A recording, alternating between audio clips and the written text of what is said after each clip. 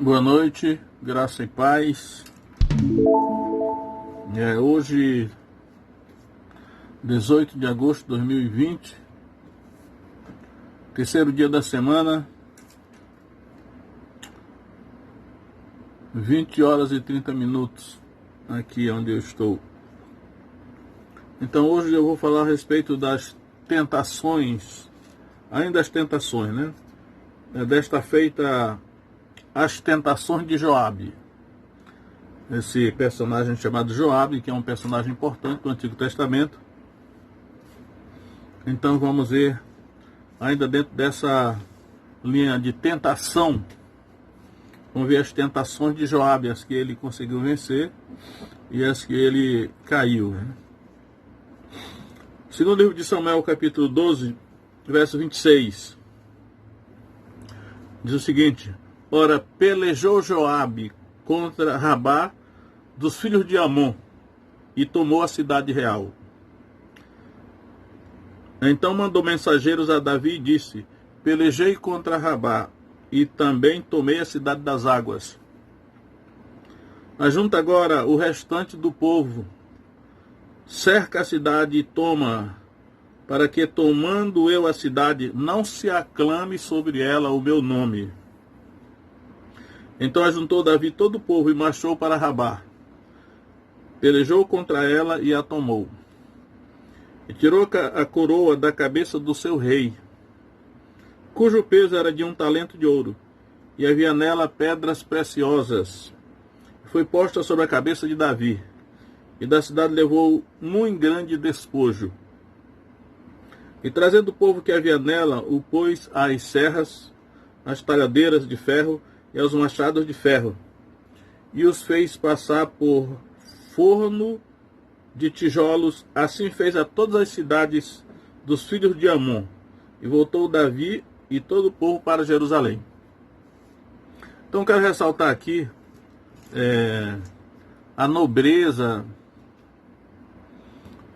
com que Joabe se ouve nesta situação. Sabemos que quem havia mandado Joabe para essa missão de guerrear contra os amonitas era o próprio Davi. Então, por exemplo, segundo livro de Samuel 11:1 diz assim: E aconteceu que, tendo decorrido 1 ano, no tempo em que os reis saem à guerra, enviou Davi a Joabe, e com ele os seus servos e a todo Israel, e eles destruíram os filhos de Amon e cercaram a Rabá. Porém, Davi ficou em Jerusalém. Então, foi Davi quem enviou Joabe com o exército para guerrear contra os amonitas, cuja capital era Rabá, por isso que a cidade é chamada Rabá dos filhos de Amon, ou Rabá dos amonitas. E aí, quando diz aqui, ora, pelejou Joabe contra Rabá dos filhos de Amon e tomou a cidade real. Então ele poderia ter entrado na cidade e chamado para si a glória da conquista, mas isso ele não fez. Ele se controlou, mandou avisar Davi em Jerusalém, que Davi já tinha passado por aquela experiência com Batseba, naturalmente estava triste, né? Imagino eu. Mas Joabe, desse caso aqui, quando nós estamos falando de tentação, ele teve a oportunidade de chamar para si, tomar para si a glória dessa conquista dessa cidade. Era plenamente justificada essa atitude se ele tivesse tomado. Mas ele se conteve, né? De alguma maneira ele imaginou que Davi era superior a ele, Davi era o rei, ele era apenas general do exército. Então ele mandou que Davi viesse para que Davi mesmo entrasse na cidade como conquistador da cidade e recebesse a glória. Então, nesse caso aqui, ponto para Joabe, né? Ele conseguiu se controlar. Já aplicando para nós mesmos aqui, né? Fazendo a aplicação direta para cada um de nós no tempo presente, contextualizando, será que nós mesmos, né, em alguma situação rotineira da vida, estamos agindo dessa maneira, rejeitando uma honra que, ainda que nós tivéssemos direito ou fosse justificada, mas que haveria alguém mais merecedor, será que nós temos nos comportado assim, rejeitando a honra, rejeitando a glória, rejeitando o mérito, né?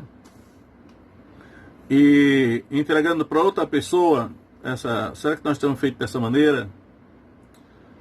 Será que isso é a cultura do povo brasileiro? Ou não? Ou será que nós temos, pelo contrário, buscado a glória, né? Que nem sempre ela merecemos, né? O certo é que, nesse caso aqui, Joabe é um exemplo positivo para nós, né? Ele preferiu ficar em segundo plano, preferiu ficar por trás dos bastidores, né? Ele não quis receber essa honra e essa glória para ele. Aqui é uma guerra, mas nós podemos nos deparar com situações semelhantes no nosso dia a dia.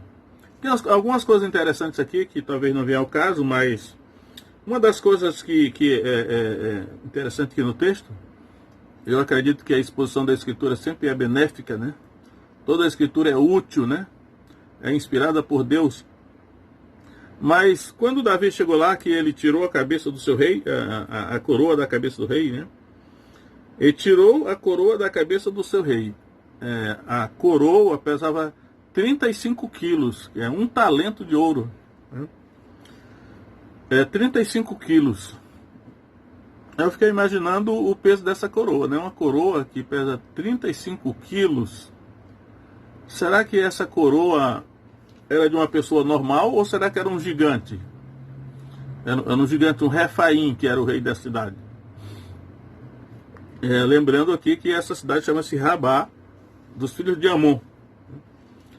Então, para mostrar uma curiosidade aqui, eu quero mostrar em Deuteronômio, capítulo 3, verso 11, que diz o seguinte: porque só Og, o rei de Bazã, restou dos Refaíns. Eis que o seu leito, um leito de ferro, não está porventura em Rabá dos filhos de Amon, mesma cidade, né? De 9 côvados o seu comprimento, e de 4 côvados a sua largura, pelo côvado comum. A Septuaginta diz que esse leito tinha 4 metros de comprimento e 1,80 m de largura. Portanto, Og era um gigante, ou seja, um Refaim. E aqui, o leito dele, né, ele estava na cidade de Rabá dos Amonitas.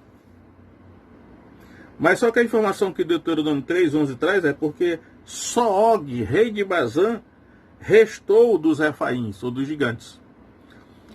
É claro que isso aqui mais na frente, então vamos ver que Davi enfrentou Golias, que era também um Refaim, ou um gigante, e que, portanto, se houvesse um rei, parece que aqueles povos antigos, que a força física que era valorizada, eles tinham o costume de colocar gigantes como rei, né? O que é bem compreensível, porque é uma pessoa forte à frente. E aí fica essa pergunta: será que a cidade de Rabá do filho de Amon, ela era governada por um gigante? Porque uma coroa de 35 quilos, ela é uma coroa de muito peso, né, para uma pessoa normal. É claro que existe aqui também uma controvérsia, porque nessa expressão que está aqui, se nós olharmos na NVI, a nova versão internacional, ela vai dizer o seguinte: e tirou a coroa da cabeça de Moloque. A palavra que aparece na Septuaginta, na versão da Septuaginta, é Moloque, em vez de ser o rei. Então, se fosse Moloque, realmente poderia ser um ídolo. Aí seria mais compreensível, né? Se fosse um ídolo, essa divindade chamada de Moloque, fosse um ídolo, uma imagem, né, que estava lá, e se essa coroa estivesse na cabeça desse ídolo, que seria uma imagem, então era compreensível, porque não seria um ser humano. Mas fica aí essa questão, né? E vamos voltar aqui para o caso de Joabe. O certo é que Joabe foi aprovado nesse primeiro teste aí, né? Nessa questão da honra. Agora, vamos ver aqui voltar um pouco no segundo livro de Samuel, capítulo 2. Vamos ver a família de Joabe. Segundo Samuel 2, 18 diz assim: estavam ali os 3 filhos de Zeruia. Essa Zeruia era a irmã de Davi, né? Joabe, Abisai e Azael. Então aqui estão os 3 irmãos, sobrinhos de Davi, Joabe, Abisai e Azael. Aí diz aí: Azael era ligeiro de pés, como uma das cabras monteses que há no campo. Então Azael, imagino que era o mais novo, né? Porque Abisai também era um herói.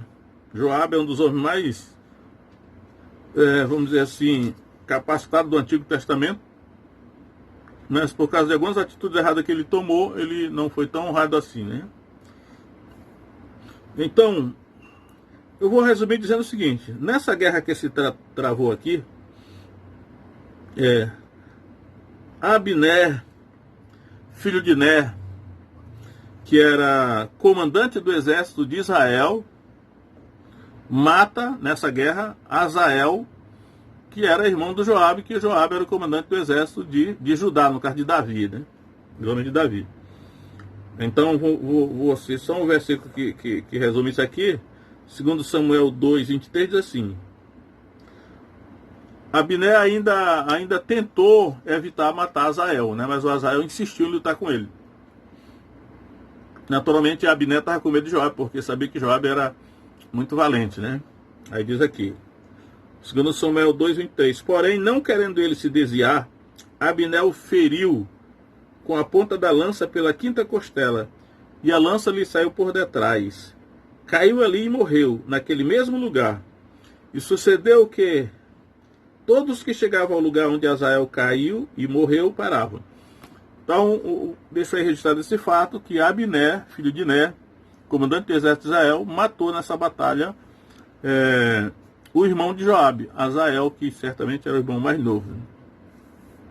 E aí nós vamos encontrar um pouco mais na frente que Joabe, ele vai se vingar, né? Vamos ver aqui. Em segundo livro de Samuel 3:30, eu vou só resumir no versículo aqui, porque tem muita história pelo meio, né? Mas aqui. Em segundo livro de Samuel 3:30, Joabe, pois, e Abisai, seu irmão, então foram os 2, né?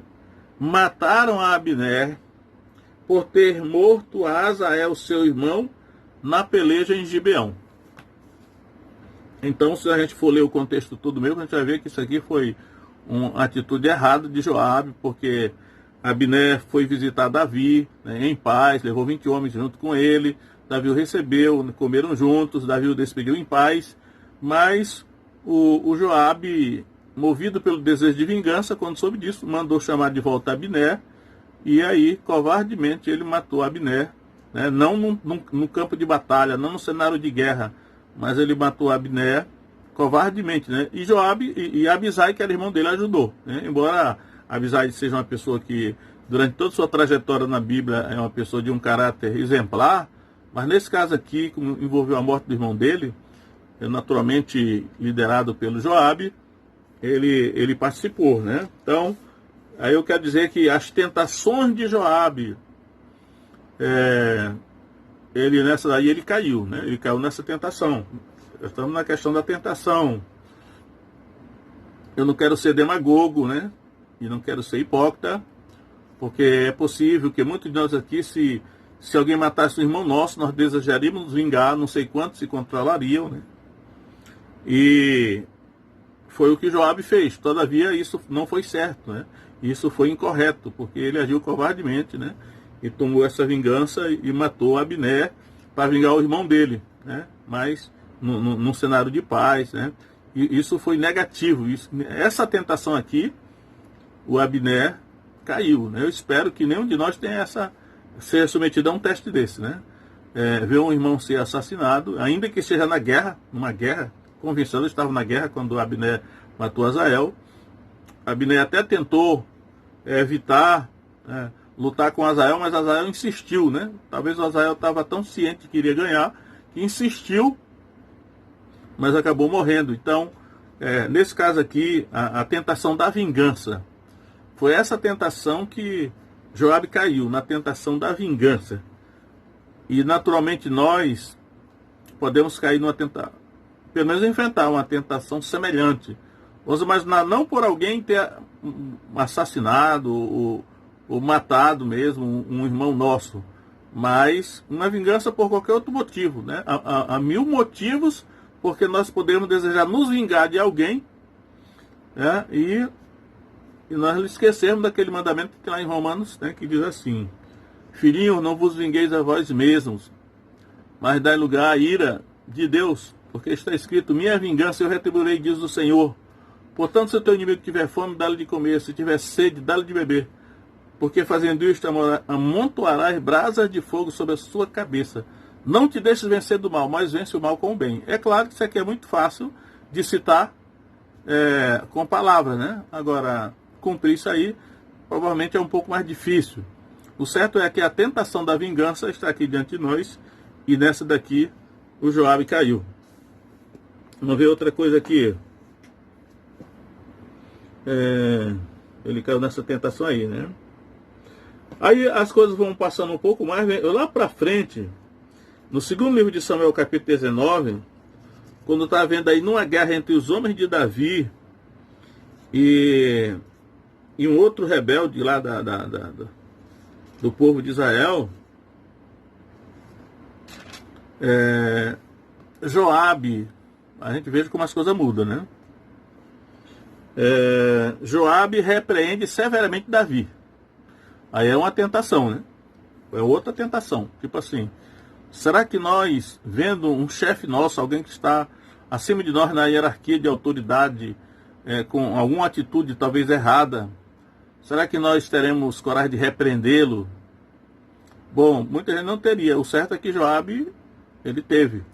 Só que eu acredito que foi um erro, né? Talvez não devesse ter feito isso.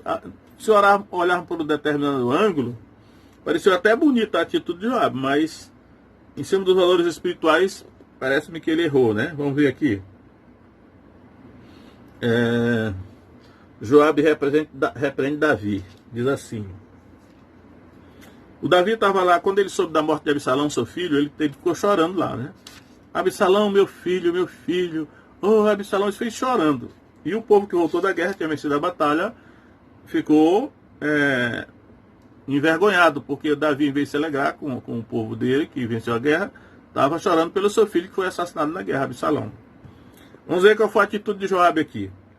Segundo Samuel 19:5 diz: então entrou Joabe na casa do rei e disse: hoje envergonhastes o rosto de todos os teus servos, que livraram hoje a tua vida e a vida de teus filhos, de tuas filhas, a vida de tuas mulheres e a vida de tuas concubinas, amando tu aos teus inimigos e odiando os teus amigos.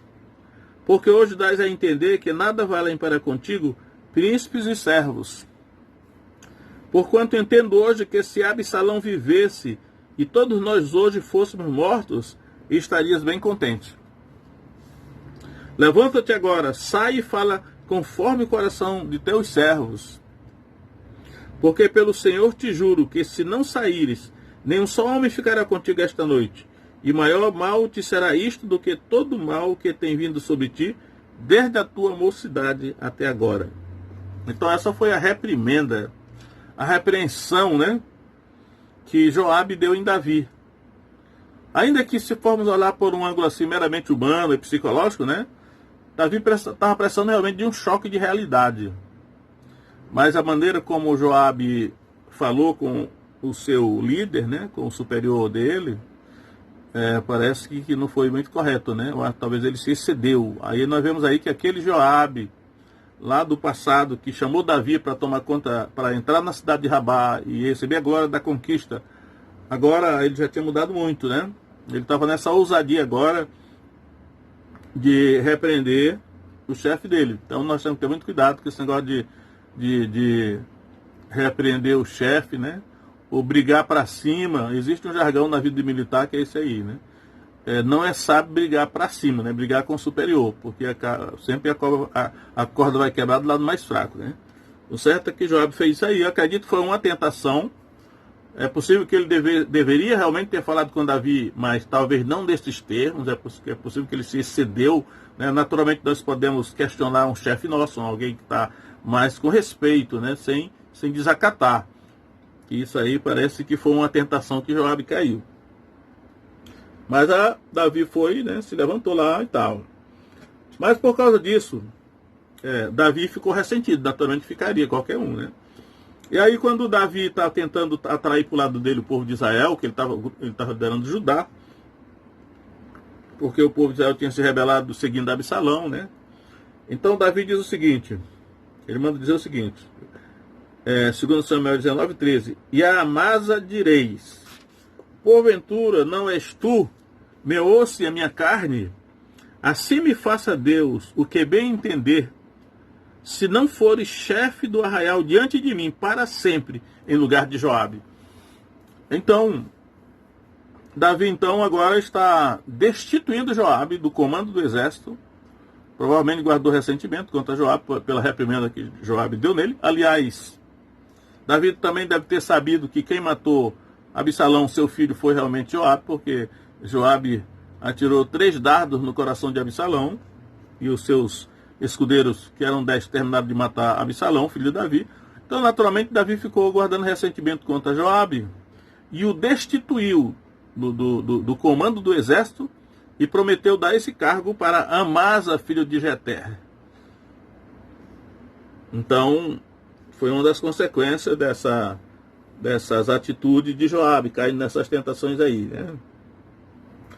Aí nós vamos para o capítulo 20, verso 8, que vai dizer o seguinte, o Joabe naturalmente ele vai matar o Amasa, que vamos ver aqui, verso 8. Capítulo 20, verso 8.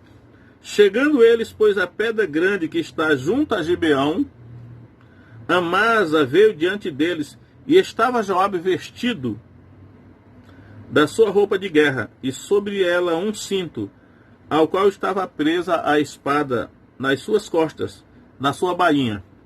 E adiantando-se ele, lhe caiu a espada. E disse Joabe a Amasa, vai bem, meu irmão. E Joabe, com a mão direita, pegou da barba de Amasa para o beijar. E Amasa não se resguardou da espada que estava na mão de Joabe, de sorte que este o feriu com ela na 5ª costela.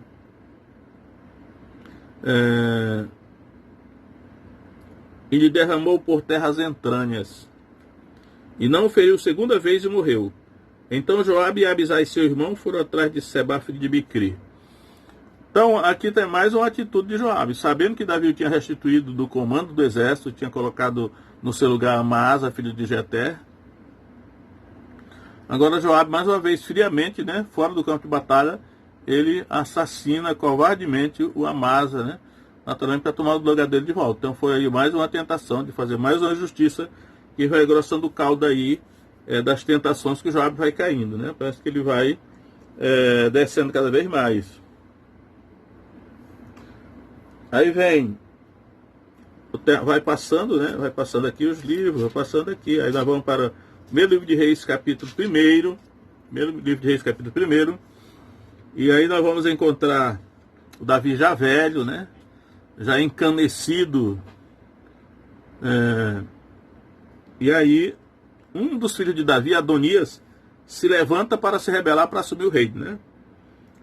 Então, primeiro livro de Reis 1, verso 5. Então Adonias, filho de Agite, se levantou dizendo, eu reinarei.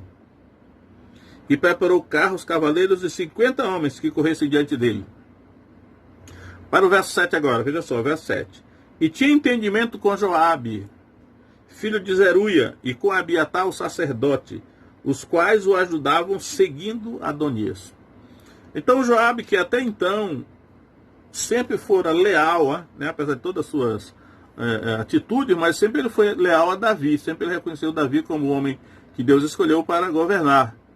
Mas agora, pela primeira vez, Davi já envelhecido, decadente já, né? Pode acontecer isso, um dos filhos dele se levantou já querendo assumir o governo à força, né? Através de uma rebelião. Absalão já tinha tentado isso no passado, tinha morrido. Agora Adonias vai tentar também, né? não tiveram paciência para esperar a ação de Deus. E desta feita agora, Joabe, mais uma tentação de Joabe. Agora Joabe cai nessa tentação aí. Ele que sempre tinha sido leal a Davi, agora ele adere à conspiração e fica do lado de Adonias, o filho de Davi. Ele e Abiatar, o sacerdote. Então o comandante do exército, né, o general Joabe e o sacerdote Abiatar. Eles passaram a seguir esse plano, esse golpe, eu chamaria de golpe, né, para destituir Davi do governo e o filho de Davi assumisse, que era, no caso, Adonias. E aí, porém, alguns homens ficaram com Davi. Né? 1 Reis 1, verso 8. Porém, Zadok, o sacerdote, Benaia, filho de Joiada, Natão, o profeta, Simei, rei, e os valentes que Davi tinha, não estavam com Adonias. Então, ficou um grupo de líderes, né, do lado de Davi, permanecendo na sua lealdade a Davi. Aí nós vamos saltar uma série de coisas que estão por aí. E nós vamos para o capítulo 2 do segundo livro de Reis, onde Davi, antes de morrer, ele vai dar vários conselhos, né, para Salomão. Vamos ver, segundo livro de Reis 2, 1, diz assim: E aproximaram-se os dias da morte de Davi. Deu ele ordem a Salomão, seu filho, dizendo... Ele vai dar uma série de conselhos para Salomão, né?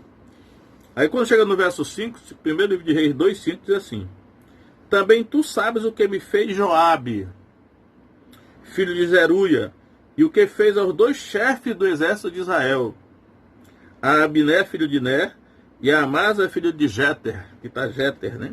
Os quais matou, e em tempo de paz vingou o sangue derramado em tempo de guerra, e pôs o sangue de guerra no cinto que tinha nos lombos, e no sapato que trazia nos pés. Faze, pois, segundo a tua sabedoria, e não permita que suas cães desçam a sepultura em paz. Então, essa foi a sentença de morte que Davi deixou engatilhada nas mãos de Salomão, né, para que ele punisse Joabe o que ele tinha feito. As duas coisas que ele cita aqui foi que Joabe assassinou friamente os dois comandantes do exército de Israel, né, Abiné, filho de Ner, e Amasa, filho de Jeter. Aí nós saltamos um pouco mais para frente. Aí quando chega no verso 28 do capítulo 2, primeiro livro de Reis, diz assim: E chegou a notícia até Joabe, porque Joabe tinha se desviado seguindo a Adonias, ainda que não tinha se desviado seguindo a Absalão. E Joabe fugiu para o tabernáculo do Senhor e apegou-se às pontas do altar, ou aos chifres do altar, né, porque eram chifres. E disseram ao rei Salomão que Joabe tinha fugido para o tabernáculo do Senhor e que estava junto ao altar. Então Salomão enviou Benaia, filho de Joiada, dizendo: Vai e mata-o. E foi Benaia ao tabernáculo do Senhor e lhe disse: Assim diz o rei, sai daí. E disse ele: Não, porém aqui morrerei. E Benaia tornou com a resposta ao rei, dizendo: Assim Joabe me respondeu. E disse-lhe o rei: Faze como ele disse, mata-o e sepulta-o, para que tires de mim e da casa de meu pai o sangue que Joabe sem causa derramou. Sempre essa questão do sangue que Joabe derramou sem causa é trazida à lembrança, né? Assim o Senhor fará recair o sangue dele sobre a sua cabeça, porque deu sobre dois homens mais justos e melhores do que ele, e os matou à espada sem que meu pai Davi o soubesse, a saber, a Abiné, filho de Ner, chefe do exército de Israel, e a Amasa, filho de Jeter, chefe do exército de Judá. Assim recairá o sangue deste sobre a cabeça de Joabe, e sobre a cabeça da sua descendência para sempre, mas a Davi e a sua descendência, a sua casa e ao seu trono dará o Senhor paz para todo sempre. E subiu Benaia, filho de Joiada, e o atacou e o matou, e foi sepultado em sua casa no deserto. Então, vemos aí as tentações a que foi submetido esse homem chamado Joabe. Ele começou bem, né? Naquele caso lá de Rabá dos filhos de Amon, quando ele recusou receber a glória da conquista e chamou Davi para entrar na cidade e receber a glória. Mas ao longo da caminhada ele foi mudando, né? E ele perdeu o respeito por Davi. É possível que ele perdeu o respeito por Davi por quando ele soube também da falha de Davi, lá do caso de Batseba. E aí, né, eu digo aqui que é um perigo quando um líder nosso, ele cai em alguma falha. Quem na verdade está sendo provado somos nós. Então, se um líder nosso cair em alguma falha, em alguma tentação, nós temos que nos vigiar para não perder o respeito por ele e depois atrair sobre nós a disciplina de Deus, né? Por violar o princípio da honra que é devida aos superiores na hierarquia espiritual. Acredito que uma das virtudes de Davi, ao longo de toda a sua história, foi que ele nunca perdeu o respeito por Saul, né? Apesar de que Saul estava cheio de falhas, estava até endemoniado, mas Davi nunca ergueu a mão para ele, né? Nunca levantou a voz para ele, sempre honrou, porque ele levava em consideração, ele dizia assim, o ungido do Senhor, era a posição de autoridade que estava sobre ele.